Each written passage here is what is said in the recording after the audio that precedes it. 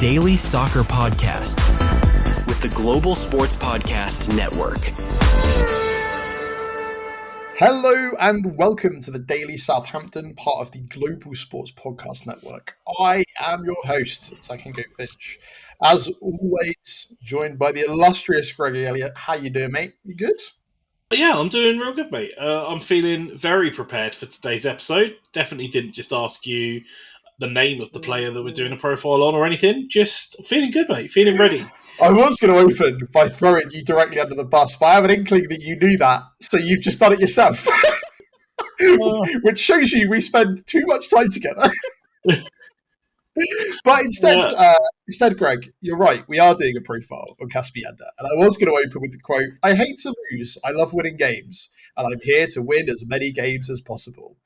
You know? And I'm like, that is what you want to hear from any player that joins any club ever. I feel like that is a safe quote for any player to use for anything to say. So how much do you know about Caspar Jander, Greg? Considering you had to ask his name at the beginning of this segment. Right, look, in my defence, right, it was a busy transfer window. It's been a while. I've watched his highlight package, and it was exciting. And you know how I do research. I'm a visual learner, and I watched a couple of different highlight packages, and yeah, I feel good now. I'm ready. Good, perfect. I'm so glad you definitely remember his name and know who he is and have watched him play football. We'll get to watch him play a bit more. Yeah, absolutely. I mean, look, he seems to have a very good first touch. He's got good control over the ball and just seems to have a wand of a right foot that can, you know, bang it top bins from just out around anywhere outside the box. And that's just kind of ideal, isn't it? Like, some interesting points there, and they'll probably crop up again, mate. But he was born on the 23rd of March, 2003, which makes him 22. And I know we've discussed, I know we've discussed Tyler Diblin being like 18, and Jay Robertson like just turned 18, and there's just something about sort of 22 being like a year younger than my brother, who I still consider like a child. That just like breaks my brain a little bit. I mean, look, I still remember that when I worked in pubs, I was looking for 1990 something as the 18-year-old date. So the thought that someone who's 22 was born in something beginning of the 20s, deeply dead. Well, it's the joke we always make, right? That the passage of time is catching up on us all. But then again, you know, it means that we get to look at the next generation of footballers come through, and he's definitely one of them. He is an international for the Germany under-21s with 3 caps and 6 caps for the under-20s. He actually played against the England under-21s that won the Euros in the summer, of course, part of the not winning team. So he's also about the internationals. We've got, for all the international saints we have, we seem to have a lot that are in the youth teams at the moment still, which says a lot about, I guess, what we're trying to build as a club. Or we're trying to make really good sellable assets. Depends on how cynical you are, right? Why not both, hey? Why can they not be good players? Look, I can sell them later for lots of money. Prospering youth is always going to be our core market, right? That Sports Republic have made no secret about that was the attractive prospect of Southampton in the first place. So those facilities and development throughout the club is always going to be our target, and I'm fine with it. Indeed. So we'll start off with his youth career, and he is one of the ones that, unlike a lot of the other players that I've come across, where, you know, like Cienza was a bit of a struggle to go through his like sort of younger career, and also just a completely different path. Jander's got like more of just like he plays lots of youth football, breaks into the first team, breaks into another first team, and then has ended up here. That doesn't mean like a lot didn't happen. He started his youth career at Germania Moritz in 2008 until 2013. You will note, Greg, that 2008 until 2013 would have put him at 5.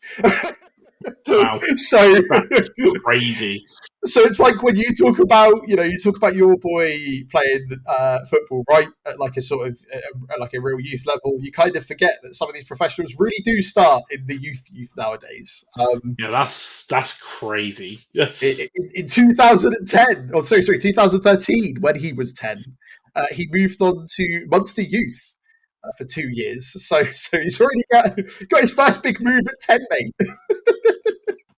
Mad. to spend 2 years at Munster Youth, and then from 2015 at 12, he did another 2 years at Borussia Dortmund, who I think most people know that name, right? Probably up there with iconic clubs alongside like Bayern Munich, and obviously in recent years Leverkusen. And then he moved to FC Schalke 04 for 4 years in their youth academy, which I don't know if you started to notice, Greg, seems to be a bit of there's a lot of people we've spoken about where that's been a similar trend, right? That's Cienza, Corsi, and now Jander, all of which have been around that academy at some point. It's like, I don't know what inside men that Spurs have, but one of them seems to be there, right? And then he was there from 2017 to 2021. And he appeared 17 times for their under-17s, scoring once and assisting once. And then he joined, eventually, MSV Duisburg, playing for their under-19 team in 2021 to 2022. And they are the third division German team, right? So, again, like a little bit, not any sort of crazy youth career, no hopping countries, nothing like that. It kind of just came through. And it's like, I don't even really, when you talk about youth career, it's like, do you count from when somebody's 5 to 10 as like stat? It's weird, right? It just feels like crazy. You played football forever. Is I guess the only thing I can tell you. Like it's what's really crazy about that, Zach, is that I know from my nipper playing youth football that they don't let us as parents see the results or the scores or the league tables because of safeguarding reasons. So the fact that like it's tracked to the point that you have statistics of him from that age is absolutely nuts to me. Like it's mental. It's kind of insane, isn't it? Like we talk about how it's one of the most documented things in the world, and you can find like attendances down to like the individual number from like the turn of the century. But yeah, sometimes the amount of data is just terrifying. And then the flip side of that is that some of these research episodes are really hard to find out, like to nail down when a player played for a certain team. And it's just baffling, the sheer sort of differences in information. And I think a lot of that comes down to, I guess, like how much traction that player gets in the media and all those kind of things as well, is how much research people are willing to put into it to actually find out. But either way, crazy. And that's where we'll leave it for the first part, Greg, after a word from our partners at Bionic, and then we'll be back to talk about his senior debut. Your body is unique. And Global Sports Podcast Network has partnered with Bionic, the world's most personalised supplements. Bionic provide 100% tailor-made supplements, designed to deliver precisely what your body needs at exactly the right levels to optimise your health. No guessing. So click the link in the show notes. Use the code GSPN2025 for 40% off your first month's subscription. Bionic. Don't settle for off-the-shelf solutions made for just anybody. Get what's right for you right now. And we are back. And when we left off, he was about to make his senior debut against Saarbrücken. Saarbrücken. That's better. No ridiculous amounts of times that Greg needs to correct it this time. And he also later scored his first goal against that same team in January 2023. And he made a total of 60 appearances, scoring twice and assisting 7 times for Duisburg before getting a move to a Bundesliga 2 team. And that team is FC Nuremberg, who were in the second division, and it was during the 24 to 25 season. So our most recent, really depressing season. And he did well for them as well. He made, in a total of 36 appearances, he scored 3 times and assisted 10. And that kind of put him on the map and the radar, and is probably one of the big things that led us to pick him up, right? So, I know that we both lambast sort of stats, but also use them, right? We like to contradict ourselves a little bit there, Greg. Where we're like, stats mean nothing, but also here's a bunch of stats. Nah, look, stats don't mean nothing. You just can't base a full opinion based exclusively on stats. There you go. That's a much better way. Having those numbers shows that he's in and about the goal and creating chances and creating that.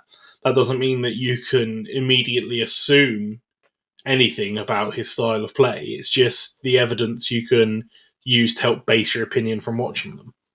Yeah, I'll wholeheartedly agree. And as I said, from like a stats perspective, he keeps going up and up. And as he's going up the leagues as well, they're going up with him. So it's easy to see why, from that perspective, it's exciting. But there are other reasons why I think that we should not be too. I don't want to think that every single one of our players that's joining us is going to be an absolute world beater. But also, be nice to think that we got more gems than not this time round, right? And that seems to be the case, at least on paper, which, as you always pointed out, Greg, is not where football is played. It is played on grass. Before you immediately mug me off. But his last appearance for them was on the 22nd of August, unfortunately in a 2-1 loss, and he missed the 2 games after with knee problems before joining us. I'm not going to speculate what those knee problems are. He joined us for a reported €12 million or £10.4 million. So yeah, that's what led him up to us. And you might be like, Zach, there's 12 minutes of this profile. Have you got more to talk about? Yes, because luckily there's a lot of scouting reports and some other bits and pieces. The only bit of information I skipped over was the FC 25 ratings because it was 66 and it means nothing. That's pretty good for a Bundesliga 2 player. I have no idea. Again, not really played FIFA in a long time. So I had a look at his agency. As we all know, that's one of my fun things to do. It's very, very small. It's just 3 players and a manager. It's another player from Duisburg, so it's probably he joined them alongside his mate, I guess, at the time, or somebody he knew. They are a very non-interesting agency. Jander is the highest profile player of the 3. Why do I bring this up? Well, for the same reason that Greg pointed out that we brought it up last week, is that it does mean that his name isn't Georgie Mendes and he's not going to try and be sold off at the whim. He looks like he's got some counsel behind him where that counsel is solely related to him and not trying to make noise or do dodgy stuff. I don't know, but that's that. So I guess the real question, Greg, is why did we sign him, right? So I had a look through Aidan McHenry's report on targetscouting.com. And this is a report that came out in 2022. So this was during his 3rd division days, right? And these are some of the highlights. So I'm not going to plagiarize word for word. However, I will make sure it's in the description, so you can check out the article for yourself if you're interested in reading it a bit more. But he is described as having high effort, great pace and agility, high instincts, and high football IQ for his age. Now, bear in mind, he's 22 now. 2022 would have been, 3 years ago, about 18, 19. So he was already kind of showing very promising signs at that point. He was an excellent on-the-ball player that draws a lot of fouls due to his excellent dribbling and pace. So, it's one of the things that we've always kind of had in our midfield and our defensive midfield, right, is that we like our players, the Downs and the Romeo to do both. We like them to draw fouls and we also like them to give it out. And don't worry, Greg, that will also come up too. One of the things that he was most impressed by was that he handles pressure really, really well and is really good at decision-making, which translates off the ball as well. And it's kind of reminded me of the Matsuki profile, although this is more of a central midfielder, defensive-mindedly player, and we've kind of pushed Matsuki a little bit more advanced. There's a lot of crossover. You can see we are going for profiles of player that fit this transition away from the Russell Martin style of possession football, right? So it may sound like I know what I'm talking about, Greg. Mate, it's sounding good. You're right. It's look, this same sort of physical presence, the profile, like you say, it matches across the board for pretty much all of the signings we've brought in. And it sounds like we've got another one of these like Wellington that's like an experienced player who's still youthful and with plenty of room to progress and, up their game. And, mate, sounds amazing. You get me so excited with these profile episodes. I don't mean to, but also, again, I'm noticing more the sort of patterns, right, across the board of what is said about the players that we've had coming in, and he fits a pattern of what we have wanted to bring in, right? And like the first bit of criticism we've had for him is that he could do better to find space, as he's a bit too stationary. But a lot, he's not an out and out sort of natural goal scorer. He's not been going in for the goals. That's not really his role. But he still has given it a go when he's needed to. Defensively, McKenna was very complimentary as well, saying that he is aggressive and high energy. But Greg, you'll be shocked to know that because of this, he is prone to a foul because he always goes to the ball. And like during the season when he was targeting him, when he was scouting him at this point, I think he'd already picked up like 3 cards, like 3 yellows in like the handful of appearances before this scouting report came out. And McHenry points out that at the time he was being played as a box to box, but thinks that he would be better in a system that would play him in a more advanced role, which when he was kind of brought in, it looked, I think George Reece Jr., which I'll talk about later, also does a great sort of summary article of his first kind of bit of Saints and why we probably picked him. But part of that conversation is that he was supposed to kind of be brought in kind of as a Matty Fernandez replacement, but also not really, because for me, he like instead sits in that kind of central midfield location as maybe, someone to rival sort of Shea Charles, Flynn Downs, Joe Aribo, because unless that Friday deadline goes without him going, mate, he is still at the club. Yeah. I think we need to remember that. Would be surprised if a player with experience who's been here a while maybe gets thrown into a derby. We'll talk about that another time. But yeah, he also talks about how he would be good in a possession-dominant squad because of his control and passing range, which, as much as we're hoping not to have possession for the sake of possession, I think there is an expectation probably from most of the fan base and like the league and the players and the teams we're coming up against themselves that we are probably going to have more of the ball than most of the teams we're coming up against in the championship, right? Yeah. There is an expectation that is the case. So theoretically, he should fit into that quite well as well. And the article ended that he was probably on track to make it into the Bundesliga too, and maybe in the future in the Bundesliga. And obviously that happened, Greg, because he ended up going up to Nuremberg and then spent less than a year there, had the absolute season of his life, and then got picked up by us. And we'll talk about that and some more bits and pieces after a word from our partners at Zencastr. Here at the Global Sports Podcast Network, we spent a lot of time selecting our delivery platform. Zencastr came out the clear winner. With 4K video recording from your phone and AI editing that removes all those ums and ahs, it's super easy to record a podcast that sounds great and is delivered efficiently. If you're ready to tell your story, check out the link in the show description and learn more about Zencastr. And we are back. And after what I can only describe as a wonderfully positive summary that went on to predict his moves quite accurately after 2022, there was a bit more that I managed to find. So in a sort of Bundesliga watch news website, there was an article in April 2025 that started to link into Borussia Dortmund and how he might be a really, really natural fit to fit into them that wouldn't be too expensive domestically.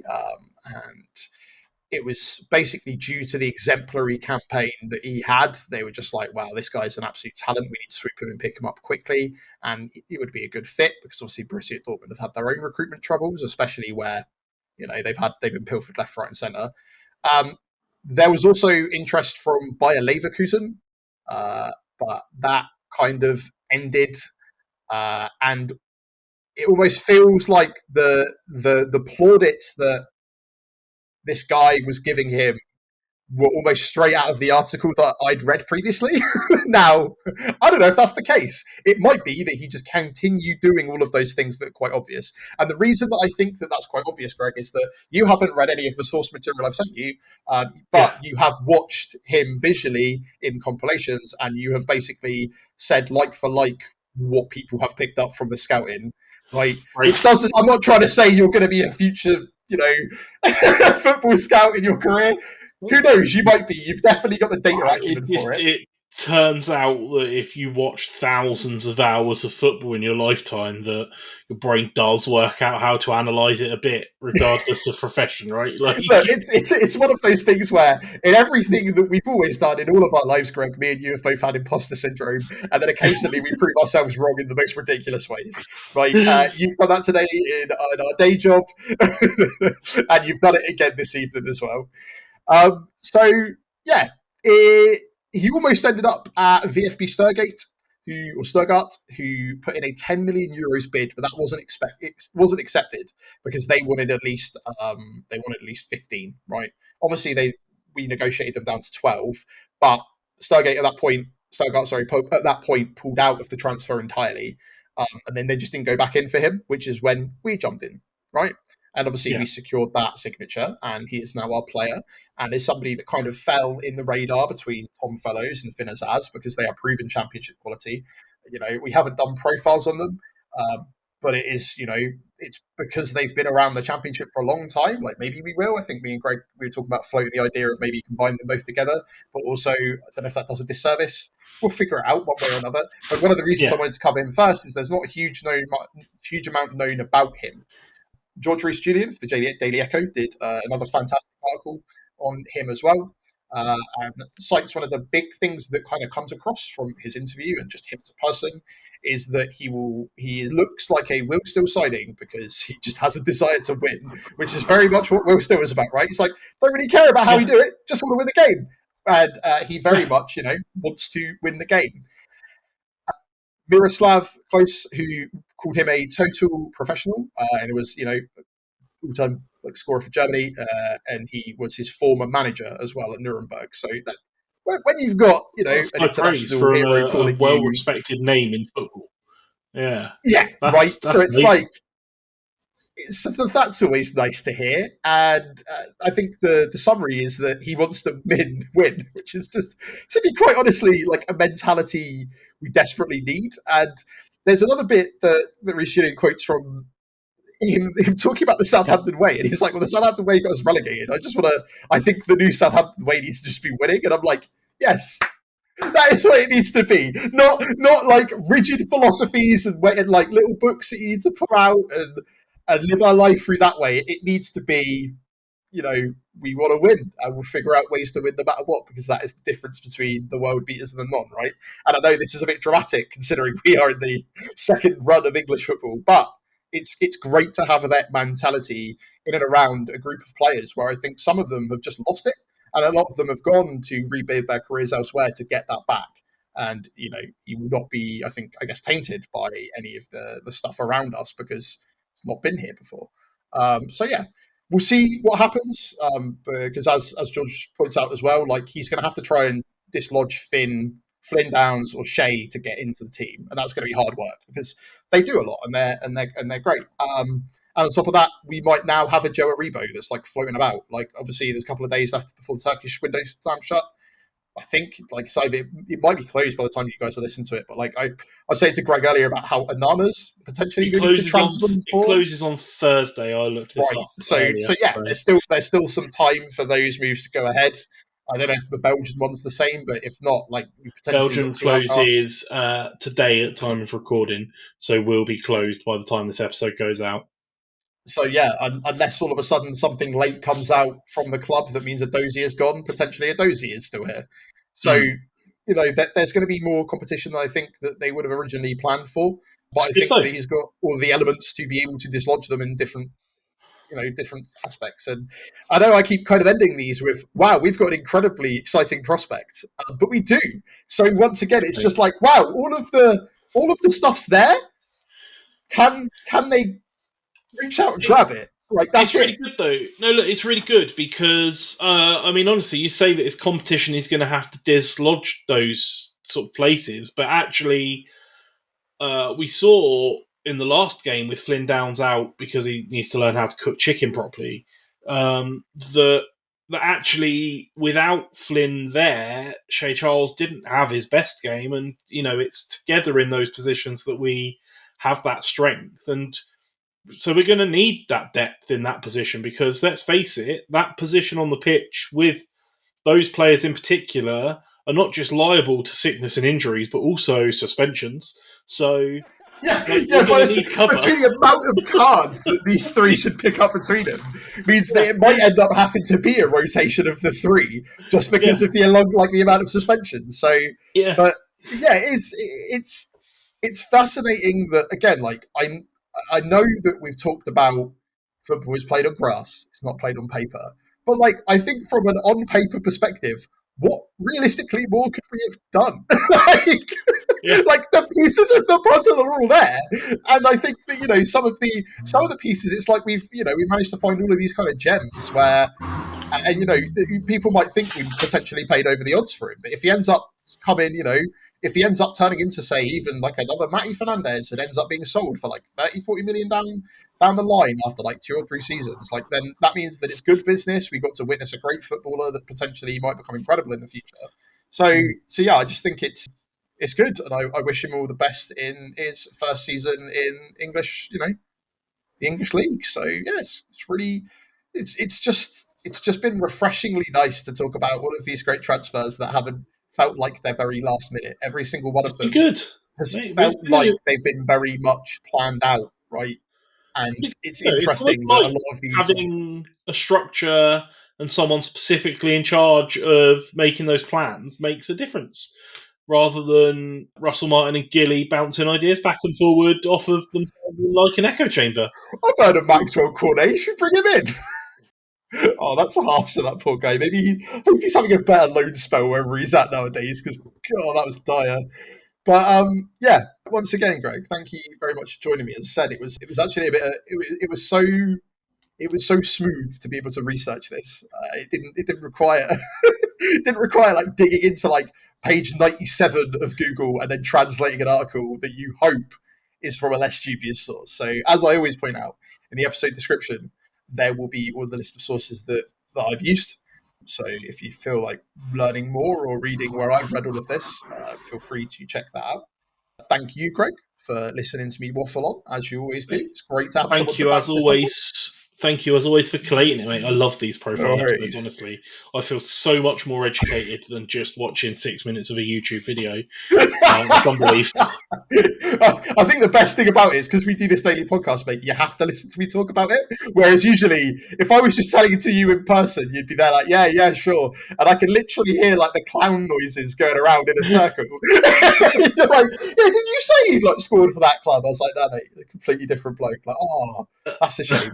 But so yeah, thank you very much once again. Thank you to all of the journalists and all these people that do all of this stuff. Like again, like most people in any level of academia, everyone's just kind of copying each other. And I don't like to put it just down to that, but without this information, I wouldn't be able to provide it to you. So once again, thank you to them, and check out the OG sources if you fancy learning more.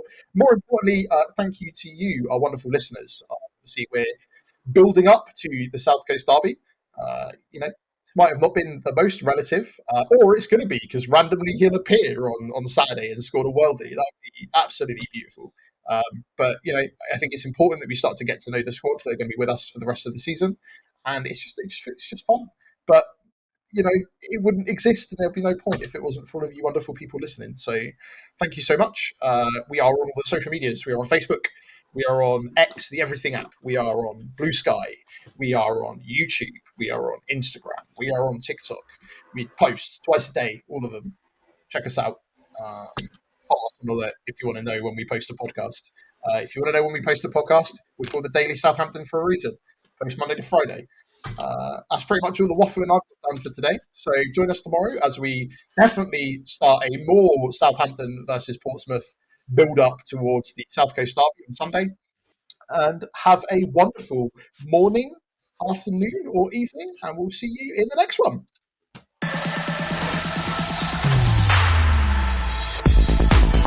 Your daily soccer podcast with the Global Sports Podcast Network.